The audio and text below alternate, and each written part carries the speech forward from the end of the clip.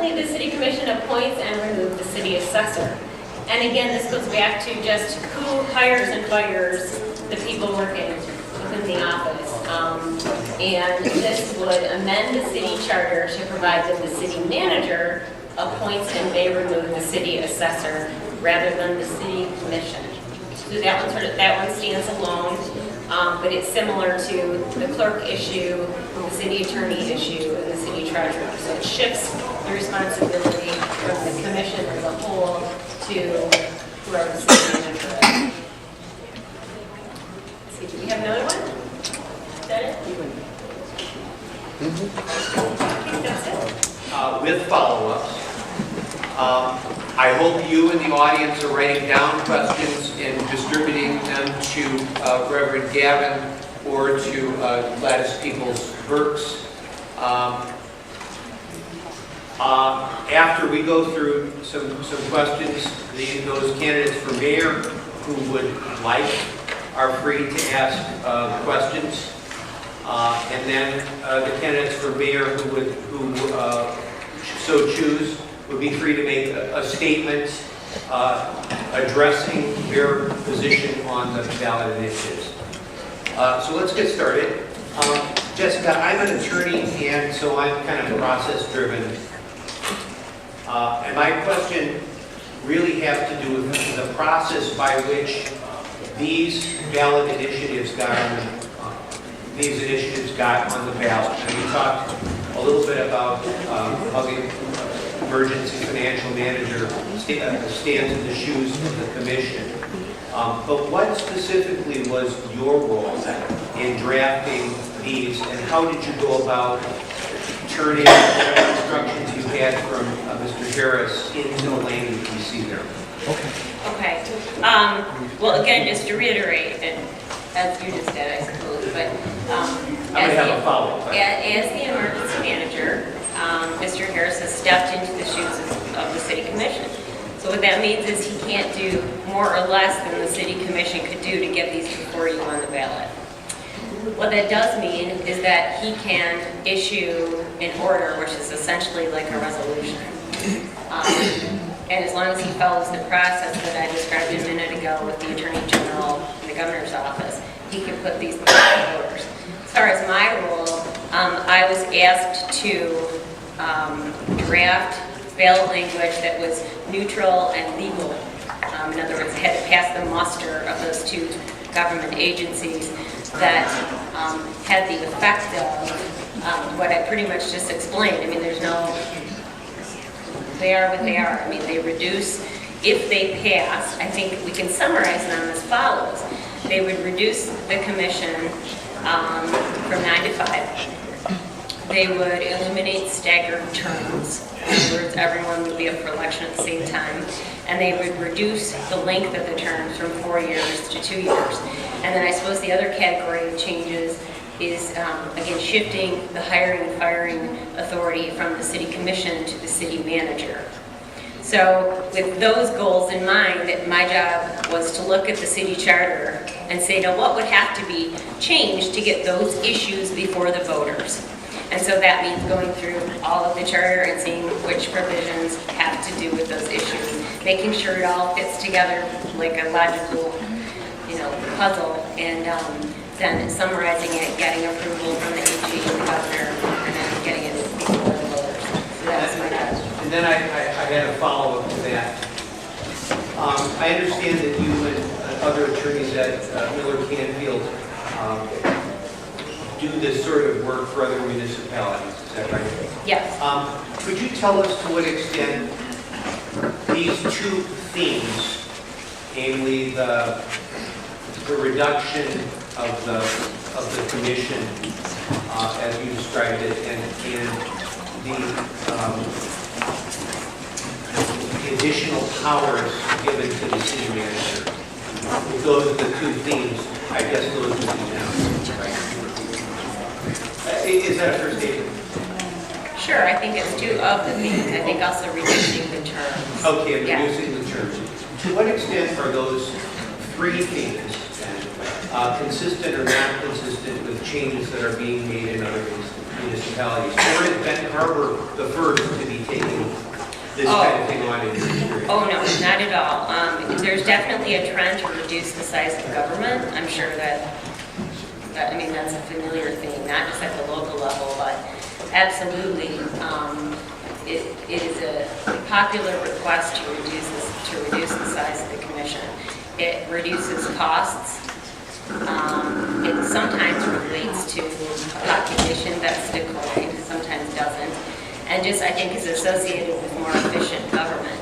And so certainly we're asked to reduce the size of city councils or commissions, or put that before the voters on a frequent basis. That is not at all unusual.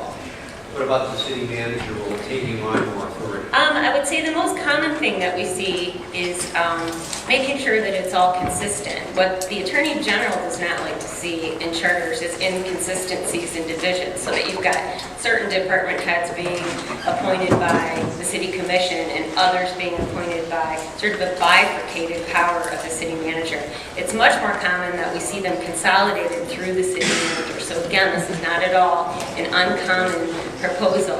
And again, keep in mind that the City Commission is still above the city manager in the hierarchy, so still has the indirect authority over all of those folks. But again, it's seen, I think, as more efficient, and it's a change that we see requested quite a bit. Okay, and Consolidation. Just to clarify, the Attorney General may have an opinion that a particular policy is or is not a good idea. But the Attorney General, did the Attorney General have any direct input into the drafting of this thing? No, just the neutrality of the language. Yeah. Thank you.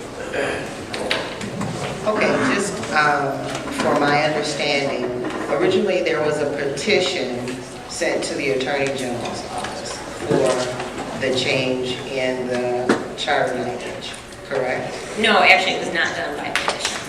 Okay, how was it done? No, there's two ways. I was just trying to explain that there are two ways that things can go before the Attorney General. The citizens can initiate changes through a petition, but that's not what occurred here. Rather, they can also come directly from the local government.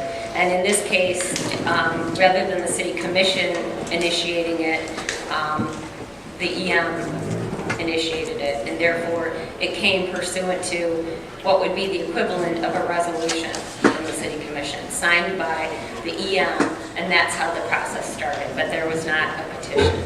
Okay, in that process, was there any rationale or information that was presented that has not been made known to the citizens? And how would citizens get that information?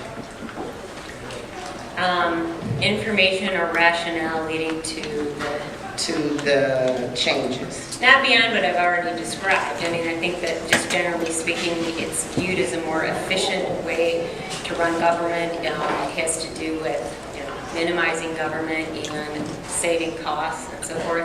That's not to say there aren't other motivating factors. If there are, I can honestly say that I am not the person to ask about those. I'm not aware of other motivations for it. I can tell you that generally that's the rationale behind reducing the size of the commission and so forth. And it was decided then that is the full disclosure that citizens would need to understand this process. It was decided by whom? I mean, That's right. Legally, when you put things before the voters, and certainly when you then have sessions like this, which are certainly helpful to the voters, yes, that's all that is legally required when you change a charter or propose that it be changed. Yes. And to your knowledge, was there any reference made to the original report of the state treasurer that originally put Benton Harbor under receivership, or the EFM, that was used to support the ballot proposals? No. Thank you. I'd like to ask, this is connected with the city manager. Does the mayor and commission have any input as to the qualifications of the clerk, the treasurer, the assessor, the attorney? Would the mayor, commission have any input into the compensation, whether they're at will, non-union, those kinds of things? I want to know what input would the mayor, commission have should it become where the city manager he was the only employee of the mayor commission office, and the others were his employees. Right, right. Just his employees, although again, I think it's important to remember that the city manager works for the city commission. So with that in mind, it really depends on the informal processes that the city manager puts together, but ultimately it would be up to the city manager to hire and fire, just like it's indicated in the language. So it doesn't involve the city commission doing that. Okay, I'm not talking about the hiring and firing, but I guess the clearest thing I can say is to make job descriptions, or to say, I know there are some laws and things that would be involved in, like an attorney must be, with the bar, you know what I'm saying, passed and all that. Right. But I guess I want to know what input would the mayor and commission have with these people that worked for the city manager? Formally, strictly speaking, they would not have any direct control over that. In other words, does that answer your question? I think that informally what we see in a lot of cities is that the city manager certainly consults with those people because he works for the city commission. And if they don't like his decision, it's not going to fly. But that being said, the manager is the manager and gets to make those decisions. So. And I guess what I think about the budget, there are some things that would surely guide how much each of these people would receive. And so I'm saying, would that come from the mayor commission? Would they have input on how those kinds of things go? Not about who it was, but the position. Right, that's a good point. There's always the budgetary acts, which remains with the city commission. And so, yes, in that other direct but very important way, they would have a say in how much these people were looking for. Yeah. It's sort of the unspoken rule is that, well, there's always the budget, which the city commission still approves. So.